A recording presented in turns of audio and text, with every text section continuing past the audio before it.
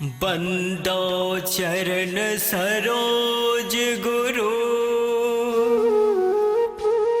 मुद मंगल आगार। जेहि सेवत नर होत है भव सागर के पार। गुरु के सुमरन मात्र से नाशत विघ्न अनंत।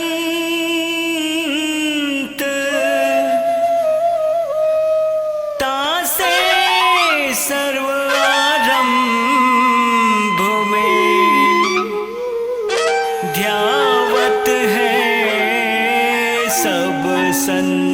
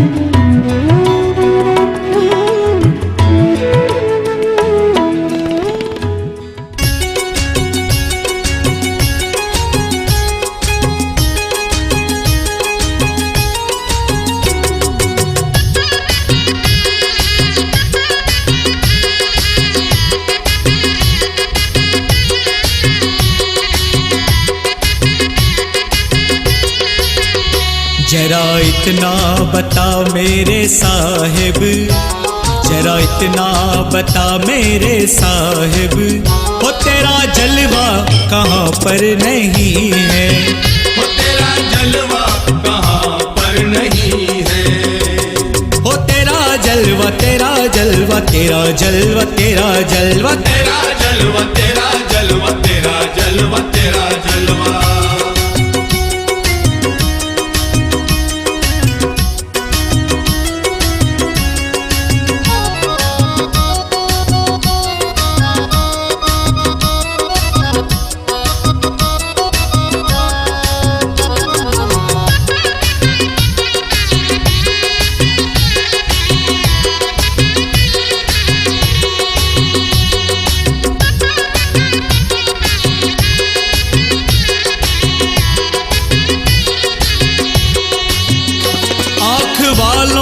तुमको है देखा, कान वालों ने तुमको सुना है, सुना है कान वालों ने तुमको सुना है।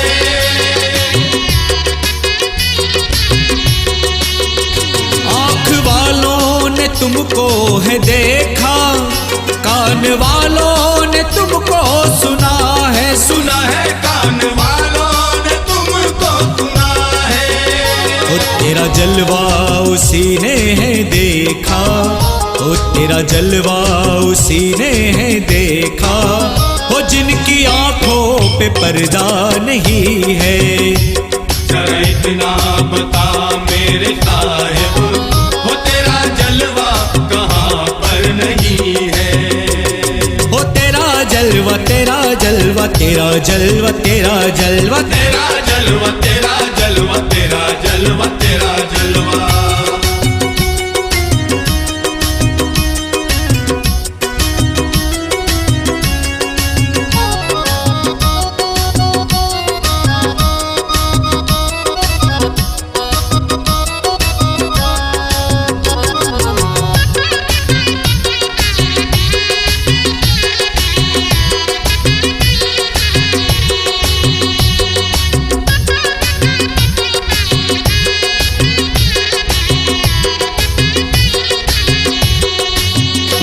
जरा इतना बता मेरे साहिब, जरा इतना बता मेरे साहिब, ओ तेरा जलवा कहाँ पर नहीं है।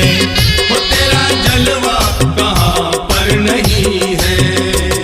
ओ तेरा जलवा तेरा जलवा तेरा जलवा।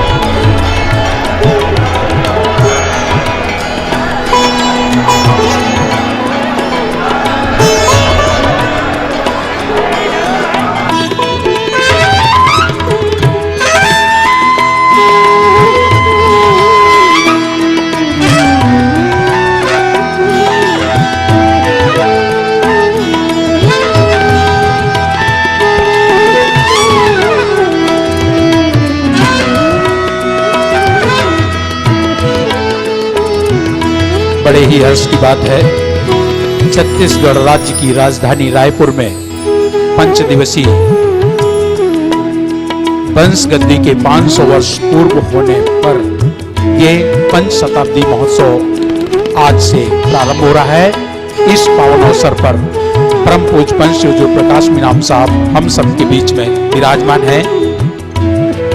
आपके स्वागत के लिए डॉक्टर भानु प्रताप गुरु गोस्वामी साहब से निवेदन करूंगा कि समस्त कबीर पंथ समाज की ओर से आप साहब के चरण कमलों में फूल माला अर्पण कर आशीर्वाद प्राप्त करेंगे। डॉक्टर गुरु गोस्वामी भानु प्रताप साहब समस्त कबीर पंथ समाज की ओर से परम पूज्य पंच हुजूर प्रकाश मीनाम साहब एवं नवोदित वंशाचार उदित मीनाम साहब के पावन चरणों में फूल माला अर्पण कर आशीर्वाद प्राप्त करें। इसके बाद में समस्त कबीर पंथ आमीन माता महिला मंडल की तरफ से बड़ी माता साहिबा एवं छोटी माता साहिबा से निवेदन है कि वो फूल माला अर्पण करें। पूजनीय बड़ी माता साहेब एवं पूजनीय छोटी माता साहिबा, आपसे निवेदन है साहब के चरण कमलों में फूल हार समर्पण कर आशीर्वाद प्राप्त करें। समस्त कबीर पंथ आमीन माता महिला मंडल की ओर से माता साहिबा। इसके बाद में सामूहिक आरती होगी। जो माताएं सभा स्थल में हैं, जहां भी हैं वहीं से खड़े होकर के आप सामूहिक आरती करेंगी। सामने जो माताएं हैं, आप लोग आरती लेके खड़ी हो जाएं। आरती गायन का कार्य मानश्री भागवत दास जी साहब और उनके साथी लोग गायन करेंगे। हमारे साहब की आरती हो रही है, आप सभी लोग आरती का लाभ लीजिएगा। साहेब बंदगी साहेब।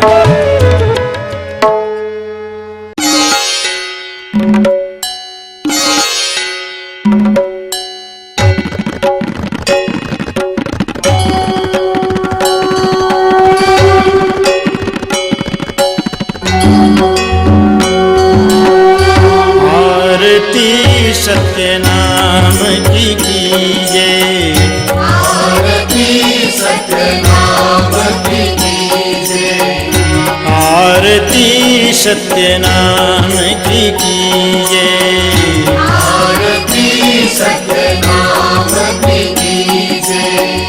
जीवन जन्म सुफल कर लीजिए, जीवन जन्म सुफल कर लीजिए, आरती सत्य नाम की कीजिए, आरती सत्य नाम की कीजिए। अग्र की धार अनुपम बाती, अग्र की धार अनुपम बाती, ज्योति प्रकाश करे दिन राती, ज्योति प्रकाश करे दिन राती। मुरली ध्वनि अनुपम बाजे, मुरली ध्वनि अनुपम बाजे, शब्द अनाहद धुन तह गाजे, आरती सत्य नाम की कीजिए, आरती सत्य नाम की कीजिए, आरती सत्य नाम की कीजिए, आरती सत्य नाम की कीजिए।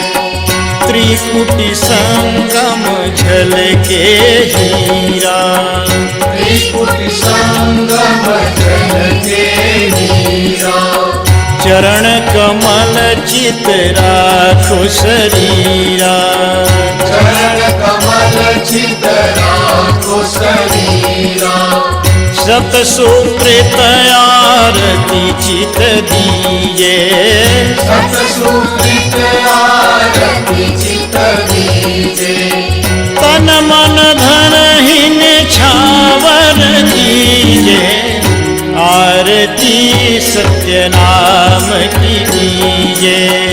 आरती सत्य नाम की कीजिए। आरती सत्य नाम की कीजिए। आरती सत्य नाम की कीजिए। जीवन जन्म सुफल कर लीजिए।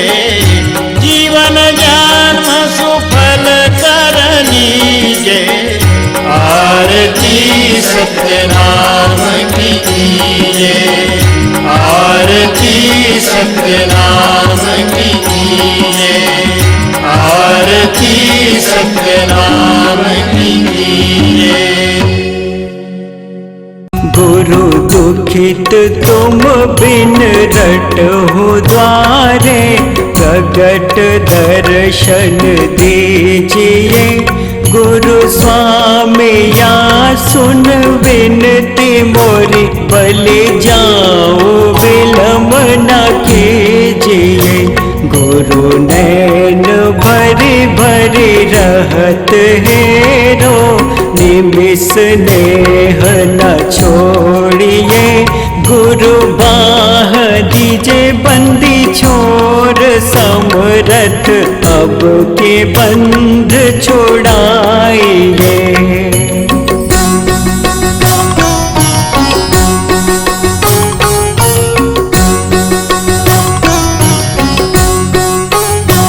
गुरु विविध विधि तन भयहु व्याकुल, बिन देखे अब ना रहा। गुरु तपत तन में उठत ज्वाला, कठिन दुख कैसे सहो। गुरु गुणव गुण अपराध क्षमा करो, अब न पतित बिसारिए। यह बीनती धर्मदास जन की, सत्य पुरुष अब मानिए।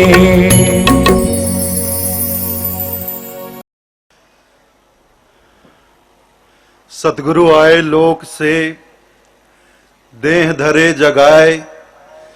जीवन बंद छुड़ाए के, बंदी छोर कहाए।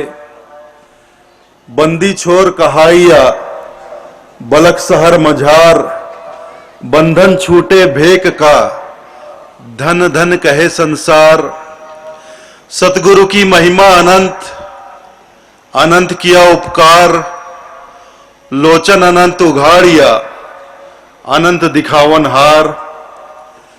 मेरे हृदय मंदिर के आराध्य, मेरे सत्य पुरुष सतगुरु कबीर साहब के पावन चरण कमलों में कोटि कोटि बंदगी करते हुए, साहब स्वरूप पूज्य संत समाज और साहब के नेमी प्रेमी सभी भक्त जनों को मेरी सप्रेम साहेब बंदगी साहेब।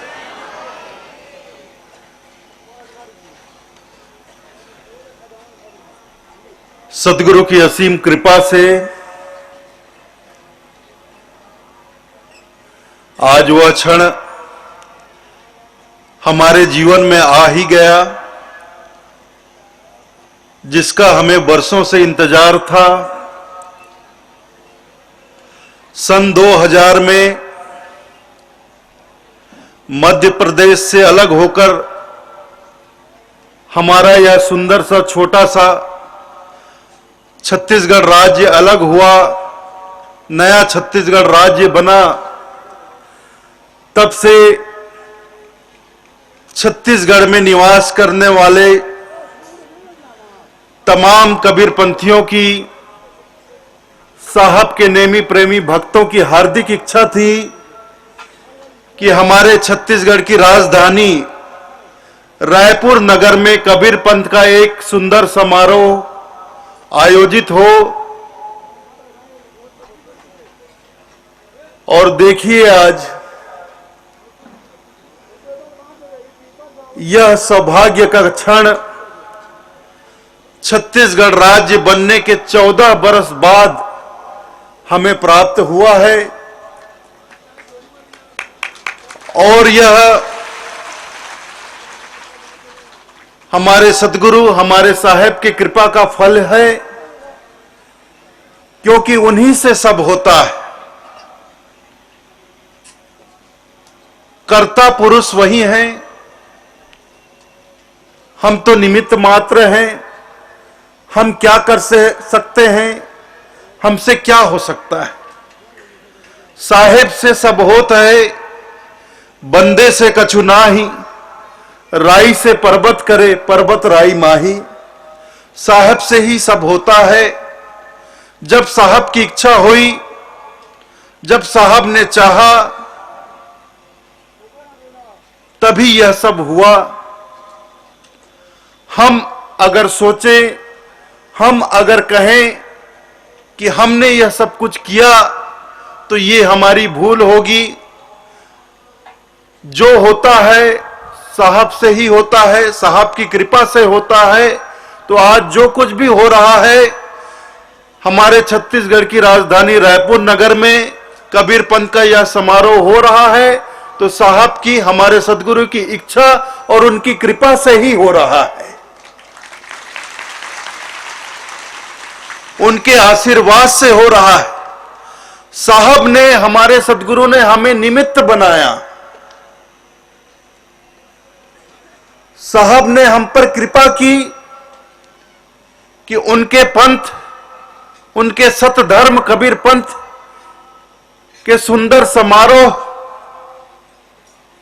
में हमें सेवा करने का अवसर हमें प्रदान किया। ये उनकी महती कृपा है हम पर कि उनके पंथ, कबीर पंथ के इस सुंदर आयोजन में, इस समारोह में मुझे, आपको, हम सबको सेवा करने का, भाग लेने का सौभाग्य उन्होंने हमें प्रदान किया। ये उनकी बड़ी कृपा है। उनके कृपा के बगैर यह सौभाग्य हमें, आपको, किसी को प्राप्त नहीं हो सकता। तो साहब की कृपा से 5 दिवसीय समारोह का आयोजन छत्तीसगढ़ की राजधानी रायपुर में आज से प्रारंभ हो गया। और देखिए साहब ने भी कैसा संयोग बनाया। 14 बरस से हम प्रयास में थे, 14 बरस से हम प्रयास में थे। जब से छत्तीसगढ़ राज्य बना तब से प्रयास में थे कि अपने राज्य की राजधानी में हम अपने पंथ का समारोह करें, लेकिन हम सफल नहीं हो सके। लेकिन जैसे ही सदगुरु कबीर साहब के द्वारा स्थापित कबीर पंथ की वंश गुरु परंपरा का 500 वर्ष पूर्ण हुआ और ये संयोग बन गया।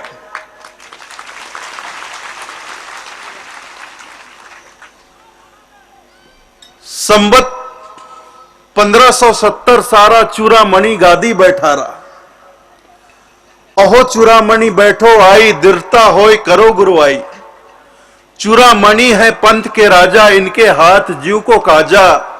नर देही सो पंथ चले ना भाई, ताते आपन अंश पठाई। संवत 1570 में हमारे सत्य पुरुष सदगुरु कबीर साहब ने धनी धर्मदास जी साहब के गृह में अपने नवतम सुरती, अपने अंश को प्रकट करके अपने कर कमलों से चादर तिलक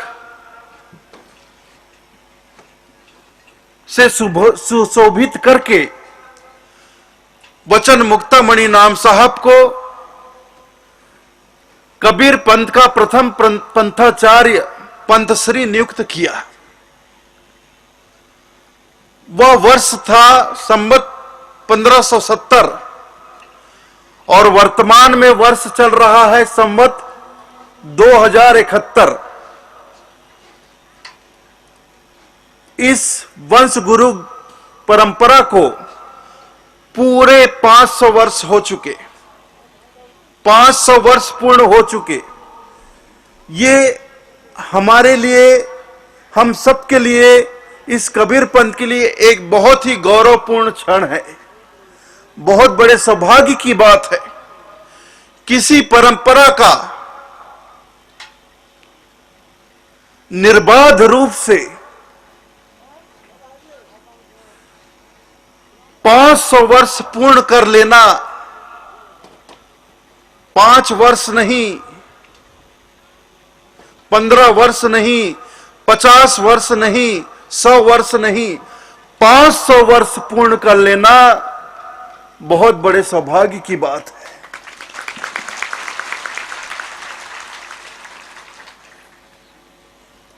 कबीर पंथ में वंश गुरु प्रणाली की यह सुदीर्घ परंपरा है, जो सदगुरु कबीर साहब ने अपने प्रधान शिष्य, अपने प्रिय शिष्य को आशीर्वाद दिया था, धनी धर्मदास जी साहब को, अटल 42 वंश। और वही अटल 42 वंश की परंपरा तब से लेकर आज तक चली आ रही है। और जब सदगुरु ने, समर्थ पुरुष ने कह दिया अटल 42, तो अटल 42 टल नहीं सकता।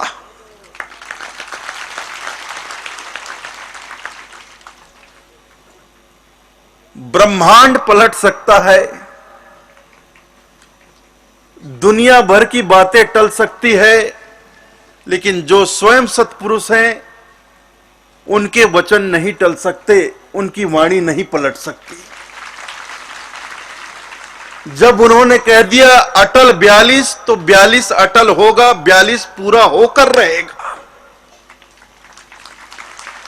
दुनिया की कोई शक्ति इसे टाल नहीं सकता, इसे मिटा नहीं सकता।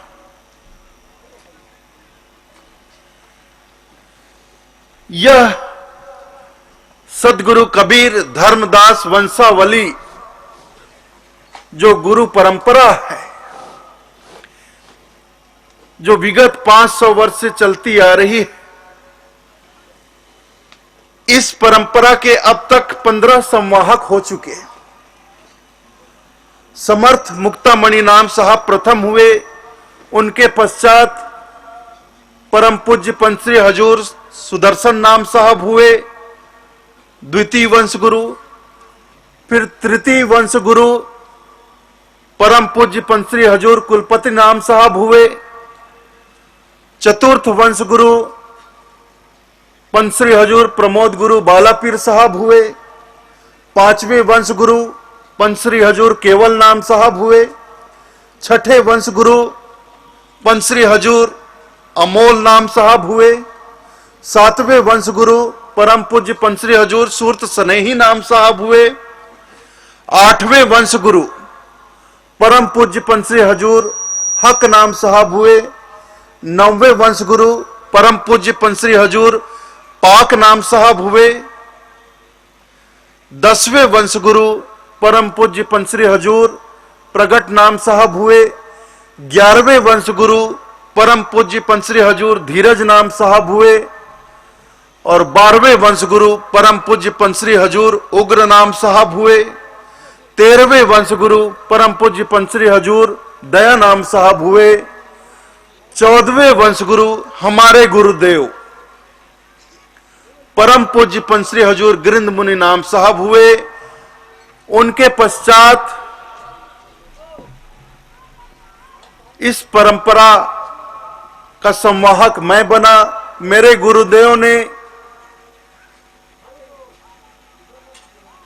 सन 1990 माघ पूर्णिमा के दिन चादर तिलक के साथ आशीर्वाद देकर मेरे सर पर ताज रखा, सत्य पुरुष का ताज रखा।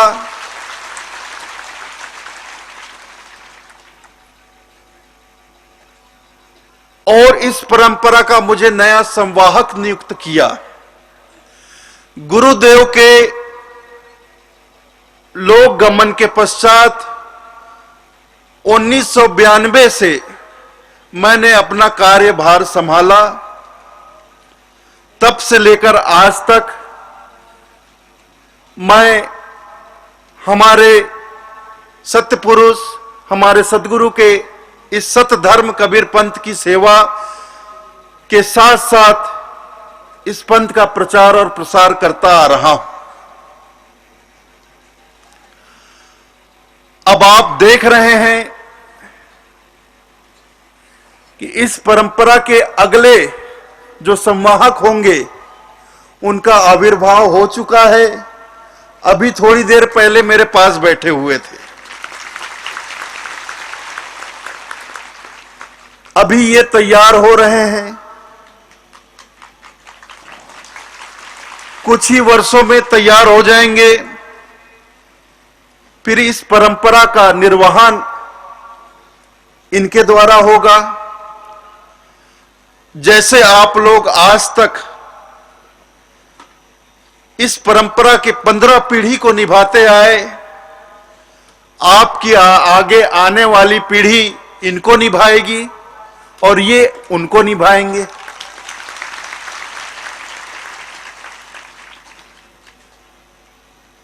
तो साहब ने भी कितना सुंदर अवसर छत्तीसगढ़ की राजधानी में समारोह के लिए चुना कि हमारी इस परंपरा के 500 वर्ष पूर्ण हो गए और इस 5 शताब्दी वर्ष के सुंदर सुअवसर पर हम सबको इस सुंदर से छोटे से राज्य छत्तीसगढ़ की राजधानी रायपुर में अपने सदगुरु साहब कबीर के ध्वज तले बैठकर सदगुरु कबीर धर्मदास वंशावली 5 शताब्दी समारोह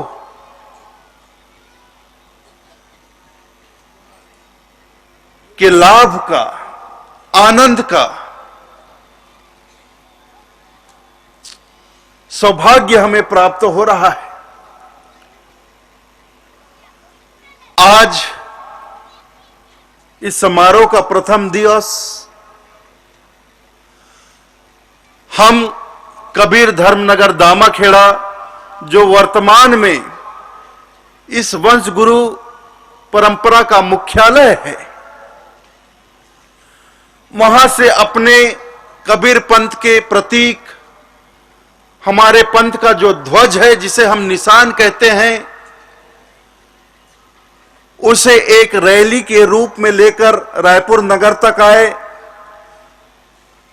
नगर प्रवेश के साथ ही हमारे पंथ की तमाम माताओं और बहनों ने हमारे श्वेत ध्वज का स्वागत किया, आगवानी की, आरती उतारी, आरती के साथ आगवानी करते हुए यहां तक लेकर आई। फिर इस समारोह स्थल पर हमारे पंथ का श्वेत पताका फहराया गया और हम सब ने मिलकर अपने पंथ के प्रतीक मतलब ये हमारे पंथ की पहचान है, प्रतीक है, ये प्रतीक है सत्य का, ये प्रतीक है अहिंसा का, ये प्रतीक है प्रेम का, सादगी का, सदाचार का, ये प्रतीक है मैत्री का, ये प्रतीक है भाईचारे का, ये प्रतीक है सद्भावना का, ये हमारे पंथ का प्रतीक है। इसका हमने वंदन किया। हम अपने प्रतीक का इसीलिए वंदन करते हैं ताकि ये सारे विचार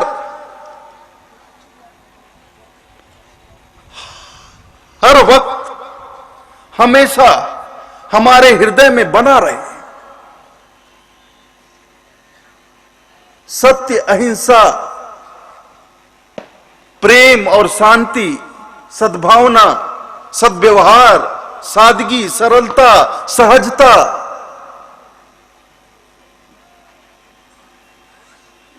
सत्य, अहिंसा, ये सब विचार हमारे मन में कायम रहे। इसके लिए हम नित्य अपने पंथ के प्रतीक श्वेत ध्वजा का वंदन करते हैं, नमन करते हैं, बंदगी करते हैं। हमारी पंथ की भाषा में हम बंदगी कहते हैं, बंदन को, नमन को हम बंदगी कहते हैं। और हमारे पंथ का अभिवादन भी साहेब बंदगी है। बड़ा अनोखा अभिवादन है साहेब बंदगी। बंदगी हो तो किसी अहरे गहरे की नहीं, बंदगी हो तो साहब की बंदगी हो। किसी शर्मा की बंदगी नहीं होती, किसी वर्मा की बंदगी नहीं होती, किसी साहू की बंदगी नहीं होती, किसी मानिकपुरी की बंदगी नहीं होती। बंदगी होती है साहब की, उस साहब की जो घट घट में विराज है, घट घट में विराजमान है। साहब तेरी साहबी सब घट रहा समाए, ज्यों मेहंदी के पात में लाली लखी न जाए। साहब तेरी साहबी सब घट रहा समाए,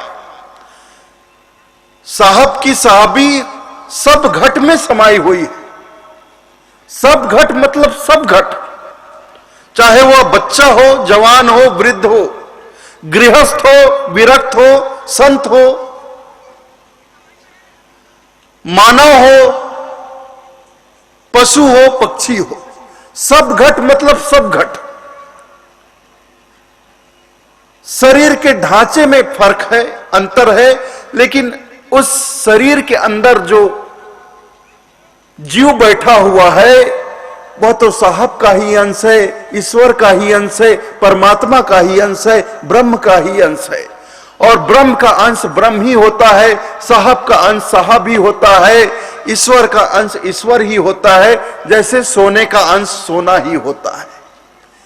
1 किलो सोने से 10 ग्राम सोना काट के अलग कर देंगे तो वह पीतल नहीं बन जाता, वह सोना ही होता है। सोने का अंश सोना ही होता है। इसी प्रकार ईश्वर का अंश ईश्वर ही होता है। इसीलिए गोस्वामी तुलसीदास जी ने कहा, ईश्वर अंश जीव अविनाशी। जीव को अविनाशी कहते हैं, क्यों? क्योंकि जीव ईश्वर का अंश है। ईश्वर अजर है, अमर है, अविनाशी है, तो उसका अंश भी अजर होगा, अमर होगा, अविनाशी होगा। इसलिए गोस्वामी जी कहते हैं ईश्वर अंश जीव अविनाशी। तो घट घट में जो जीव बैठा है वह ईश्वर का अंश है, वह परमात्मा का अंश है, वह साहब का अंश है। तो साहब तेरी साहबी सब घट रहा समाए। तो घट घट में जो साहब बैठे हैं हम उनको बंदगी करते हैं, किसी व्यक्ति को बंदगी नहीं करते। इसीलिए देखिए, एक छोटा बच्चा भी किसी बूढ़े को, बुजुर्ग को साहेब बंदगी बोलता है तो जवाब में वह बुजुर्ग भी उसको साहब बंदगी ही बोलता है, क्योंकि साहब उस बच्चे के घट में भी बैठे। एक गृहस्थ जब विरक्त संतों को साहेब बंदगी बोलते हैं हमारे पंथ में, तो जो संत जन होते हैं वो गृहस्थ को भी साहब बंदगी बोलते हैं, क्योंकि उनको पता है कि जो साहब मेरे घट में है, विराजमान है, वही साहब इनके घट में भी विराजमान है। और मैं किसी व्यक्ति को नहीं, उस घट में विराजमान साहब को बंदगी कर रहा हूं।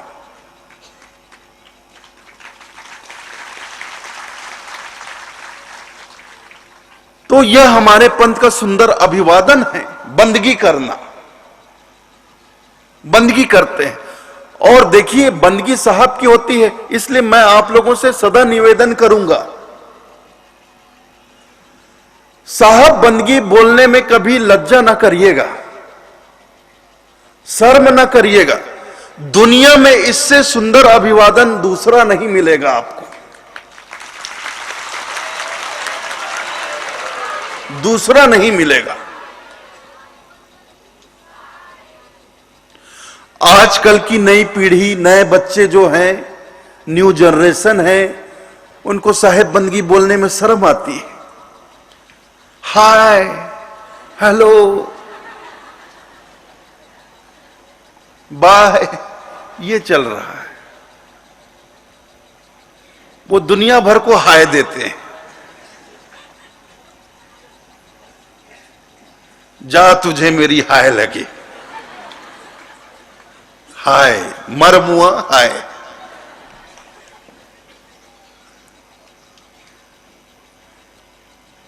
पता नहीं हिंदुस्तानियों को, भारतवासियों को अंग्रेजी का क्या भूत सवार हुआ है। अंग्रेज तो चले गए 1947 में, लेकिन अंग्रेजी का भूत छोड़ गए।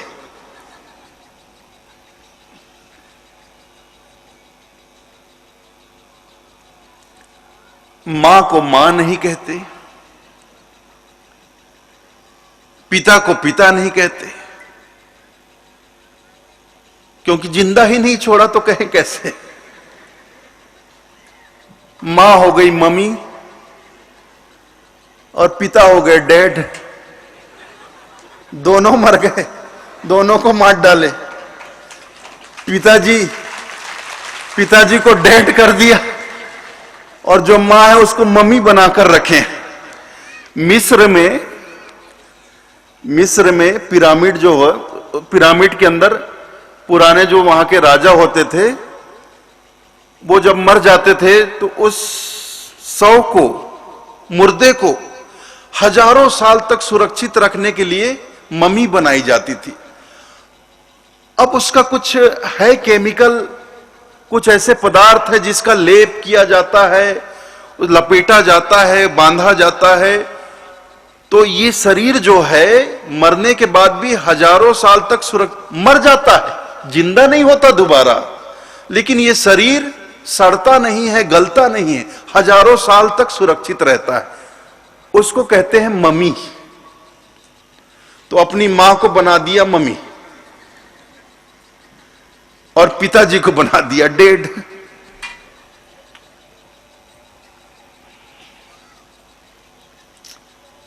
तो ये अंग्रेजों की देन है हमारे भारत देश को।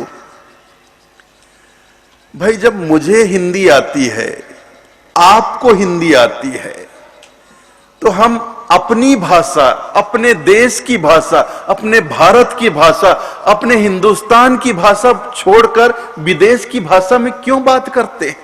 हां, कोई विदेशी मिले जिसे हिंदी ना आए तो उसके साथ अंग्रेजी में बातचीत करें तो बात समझ में आती है, लेकिन दो हिंदुस्तानी आपस में मिल रहे हैं, दो भारतवासी आपस में मिल रहे हैं, दोनों को हिंदी आती है, फिर भी अंग्रेजी झाड़े जा रहे हैं। पता नहीं क्या दिखाना चाहते हैं, क्या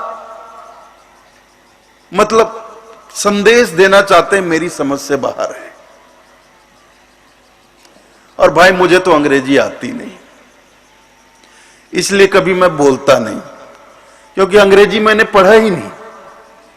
मैं आपको बताऊं,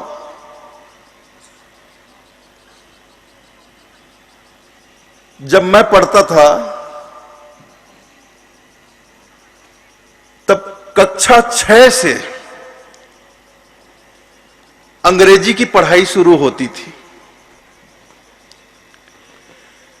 क्लास 6 में जाने पर हमको ABCDEFGHIJKLNOPQRSTUVWXYZ कक्षा 6 में 6th क्लास में जाने पर हमको सिखाया जाता है, जो आज नर्सरी के बच्चे को सिखाया जाता है। नर्सरी, KG1, KG2, उसके बाद बच्चा पहली कक्षा 1st क्लास में पहुंचता है।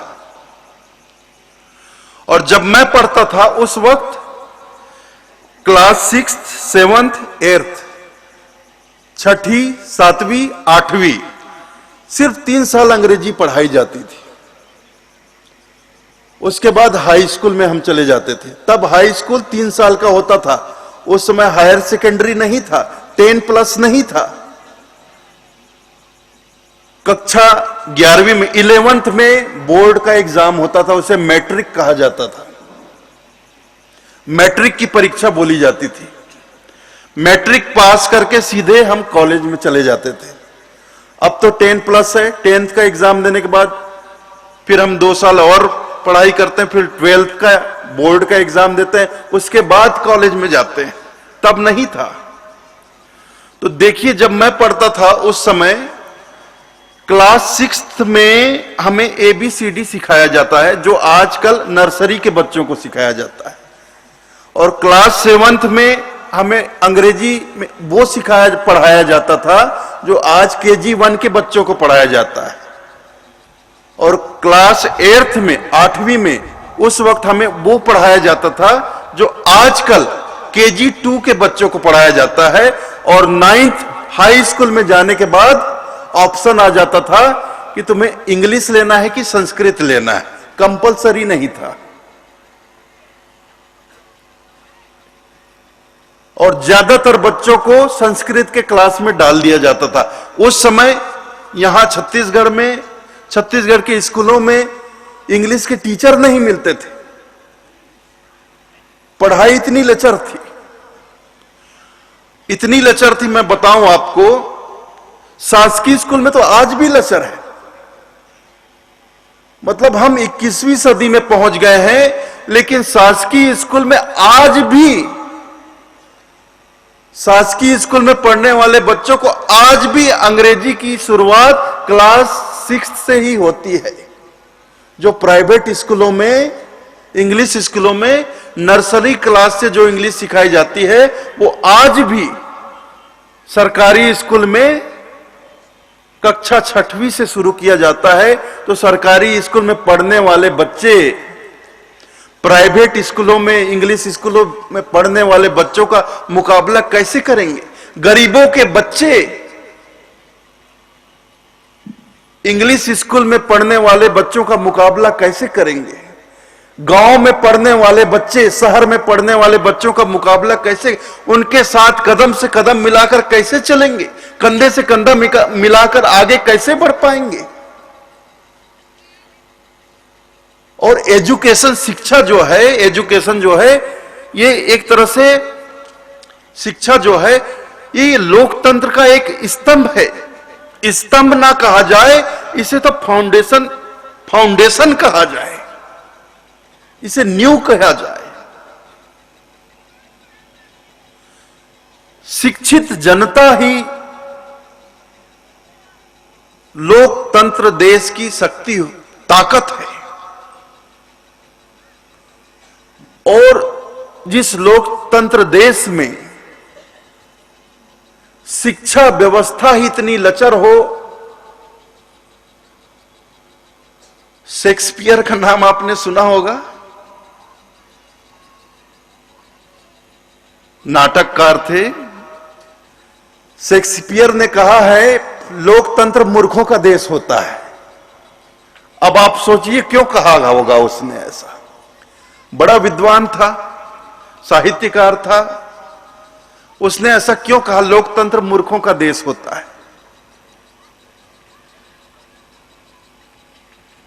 क्यों? क्लास 8 कक्षा 8वीं या 10वीं का सर्टिफिकेट लिए बगैर हमें चपरासी प्यून की नौकरी नहीं मिलती है, लेकिन एक अंगूठा छाप नेता शिक्षा मंत्री बन जाता है। तो शेक्सपियर ने क्या गलत कहा?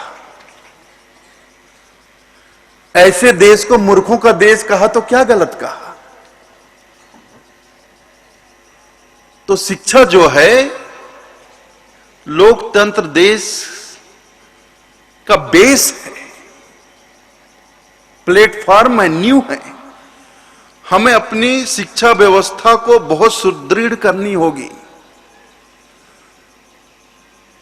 मैं तो आपसे कहूं, यहां तो बहुत से टीचर बैठे होंगे इस पंडाल में, जो शिक्षक होंगे, स्कूल में पढ़ाने का काम करते होंगे, और कई तो सरकारी स्कूल में भी होंगे, शिक्षक होंगे, लेकिन अपने बच्चों को सरकारी स्कूल में नहीं पढ़ाते होंगे। वो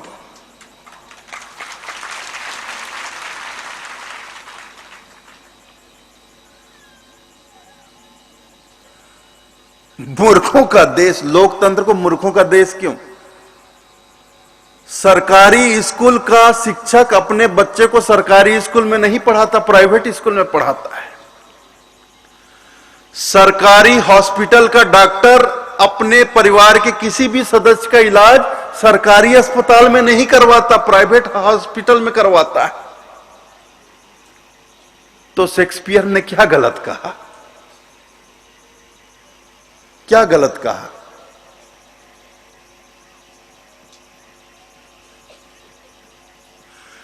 अच्छी बात है भाषा का ज्ञान, मैं नहीं कहता कि बुरी बात है, भाषा का ज्ञान हमें होना चाहिए।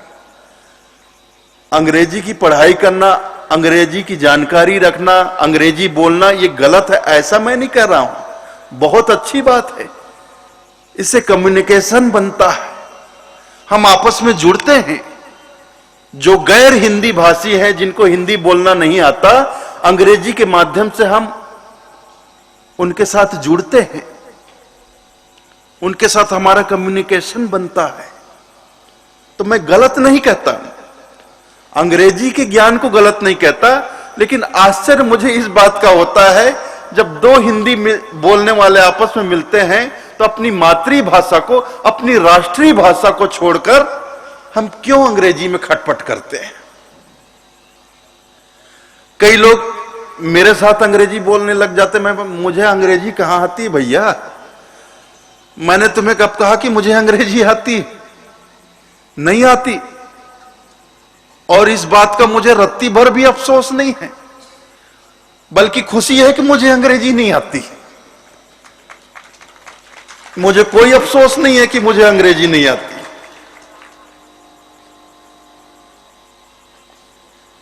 मुझे अपनी राष्ट्रीय भाषा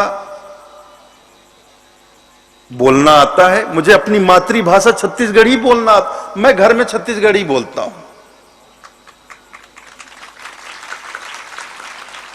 जितने छत्तीसगढ़ी भाई मुझसे छत्तीसगढ़ के लोग मिलते, मैं छत्तीसगढ़ी में ही बात करता हूं। दूसरे प्रदेश से लोग आते हैं तो हिंदी में बात करता हूं। अब विदेशी को ही आ जाते हैं, बाहर से भी लोग आते हैं जिनको हिंदी नहीं आती, वो हिंदी नहीं समझते तो अंग्रेजी में। उस वक्त मुझे एक फिर साथ में रखना पड़ता है, उसको क्या बोलते हैं, दो भाषिया बोलते हैं। तो हमारे अंकल जी हैं ना, ये कर्नल अंकल, ये रहते हैं तो मुझे कोई तकलीफ ही नहीं होती। ये सुनते हैं, मुझे बता देते हैं, मैं इनको बता देता हूं, ये उनको बता देते हैं।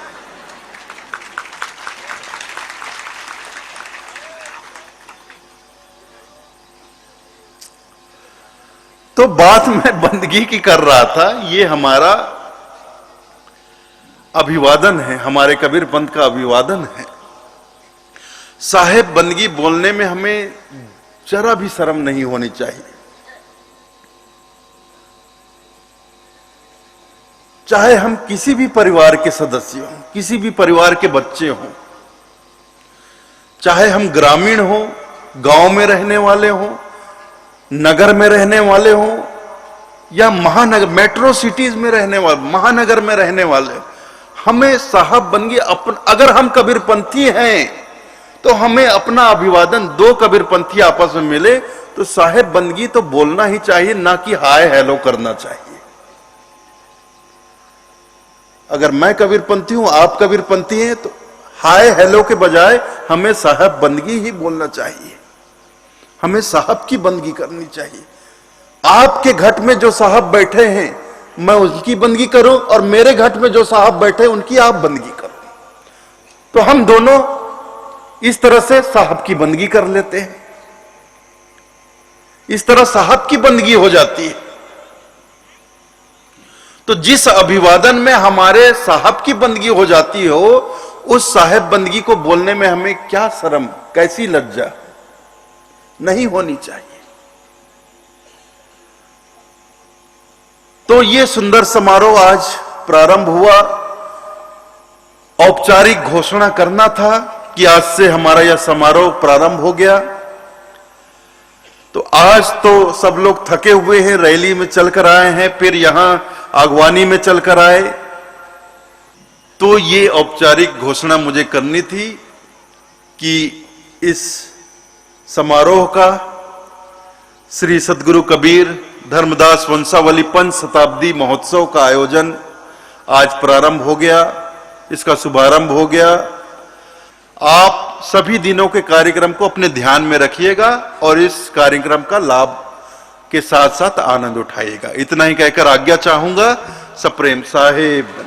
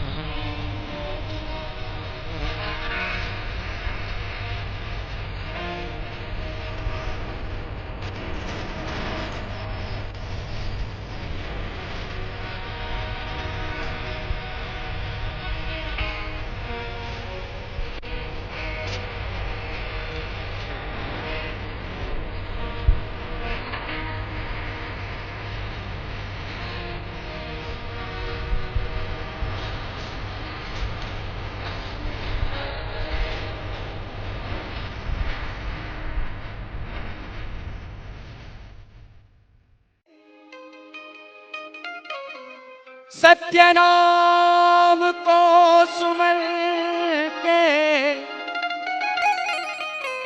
तर गए पतित अनेक,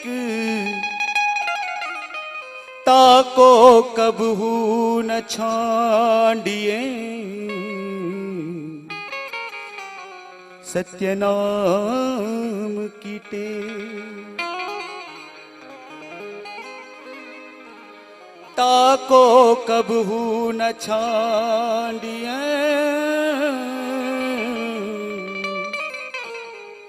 सत्य नाम की टेक। जप ले साहिब का नाम मनवा, तू जप ले साहिब का नाम, जप ले साहिब का नाम मनवा, तू जप ले साहिब का नाम हो। साहिब नाम से बन जाते हैं, सत्य नाम से बन जाते हैं सबके बिगड़े काम मनवा। जप ले साहिब का साहिब का नाम मनवा, तू जप ले साहिब का नाम।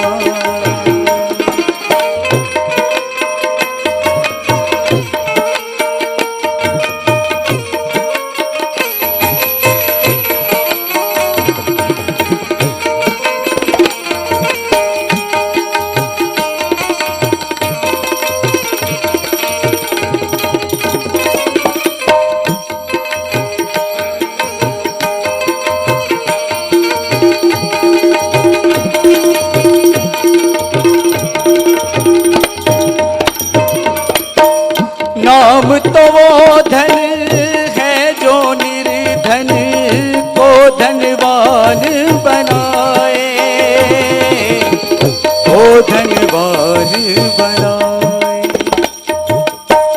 नाम से ही तो नारायण की एक पहचान कराए, एक पहचान कराए। राम तू कह ले मतलब एक है, राम तू कह ले मतलब एक है, या कह ले रहमान मनवा। जप ले साहिब का नाम, जप ले साहिब का नाम मनवा, तू जप ले साहिब का नाम।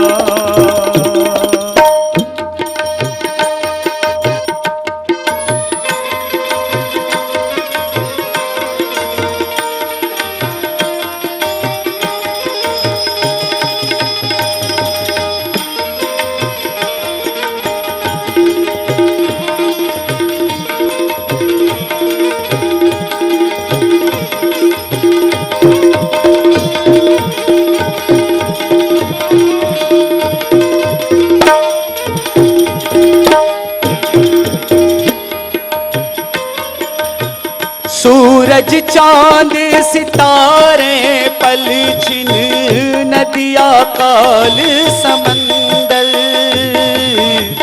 नदिया काल समंदर, नाम के बल से ही चलते हैं धरती और ये अंबर, धरती और ये अंबर।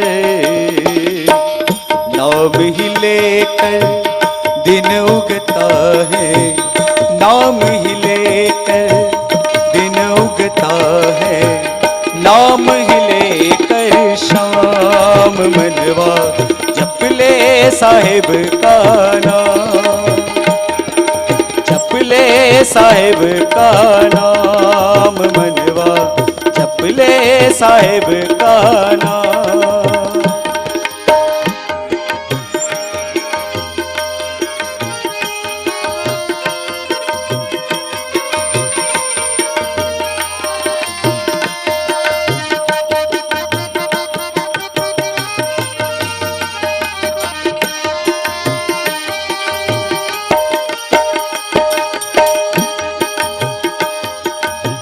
सपने को अपना समझे तू, रेत के महल बनाए, रेत के महल बनाए। परछाई के पीछे भागे हाथ कछु ना आए, हाथ कछु ना आए। नाम के पेड़ की छाँव तले तू, नाम के पेड़ की छाँव तले तू, कर ले कुछ विश्राम मनवा जप ले साहिब का नाम, जप ले साहिब का नाम मनवा जप ले साहिब का नाम। हो साहिब नाम से बन जाते हैं, सत्य नाम से बन जाते हैं सबके बिगड़े काम मनवा जप ले साहिब का नाम, जप ले साहिब का नाम मनवा जप ले साहिब का नाम मनवा तू जप ले साहिब का नाम। सदगुरु प्रकाश मणिनाम साहब के चरणों में पाए लगे बंदगी, साहेब बंदगी साहेब।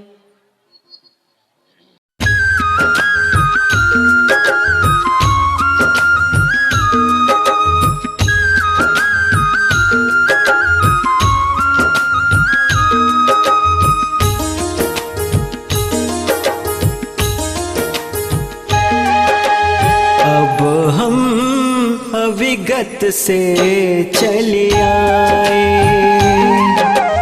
अब हम अविगत से चले आए, कोई भेद मरम ना पाए, कोई भेद मरम ना पाए।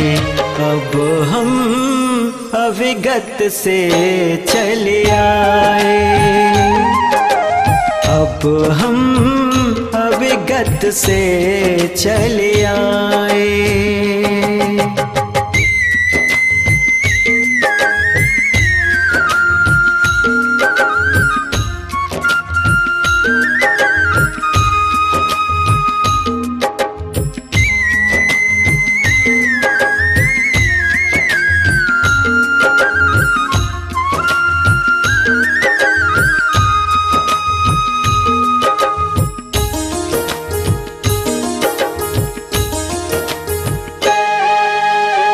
ना जन्मे हम गर्भ बसेरा, बालक होए दिखलाए,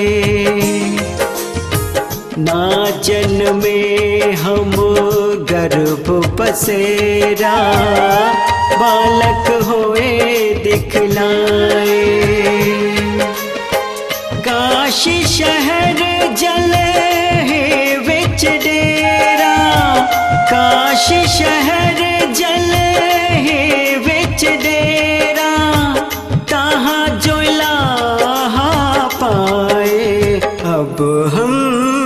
अविगत से चले आए, अब हम अविगत से चले आए।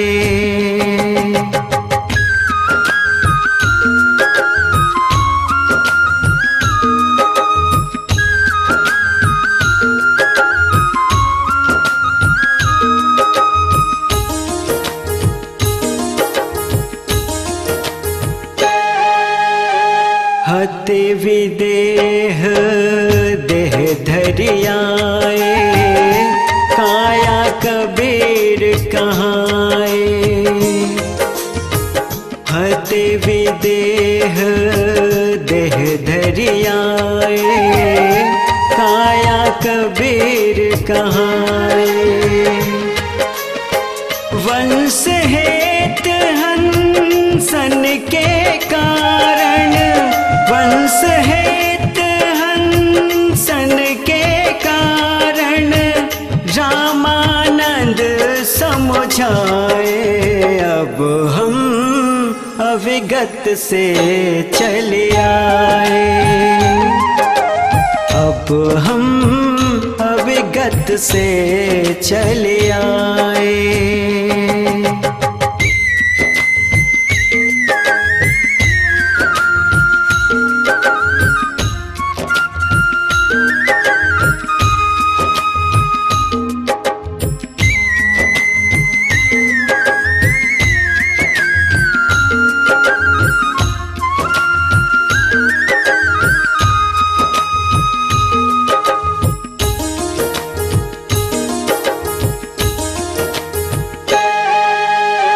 ना मोरे गगन धाम कछु नाहि, दिखत अगम अपारा। ना मोरे गगन धाम कछु नाहि, दिखत अगम अपारा। शब्द स्वरूपी नाम साहेब का, शब्द स्वरूपी नाम साहेब का, सोई नाम हमारा। अब हम अविगत से चले आए, अब हम अविगत से चले आए।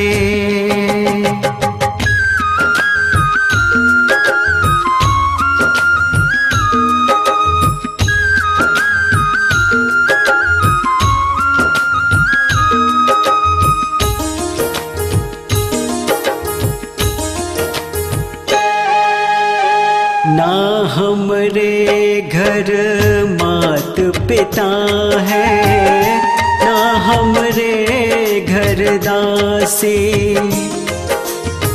ना हमरे घर मात पिता है, ना हमरे घर दासी। जात जोलाहा नाम धराए, जात जोलाहा नाम धराए। जगत कराए हासे, अब हम अविगत से चले आए, अब हम अविगत से चले आए।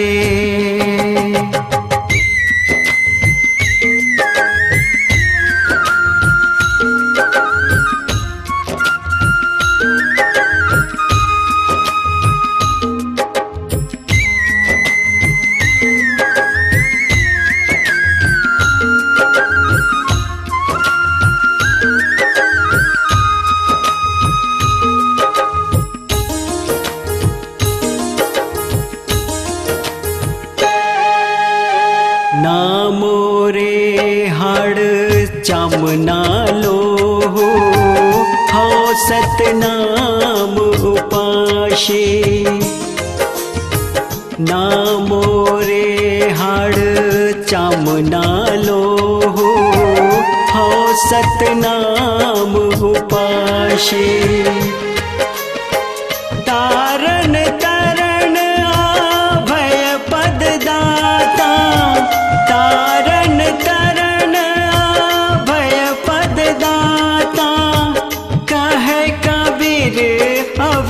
अविनाशी अब हम अविगत से चले आए, अब हम अविगत से चले आए। कोई भेद मरम ना पाए, कोई भेद मरम ना पाए। अब हम अविगत से चले आए, अब हम अविगत से चले आए। अब हम अविगत से चले आए।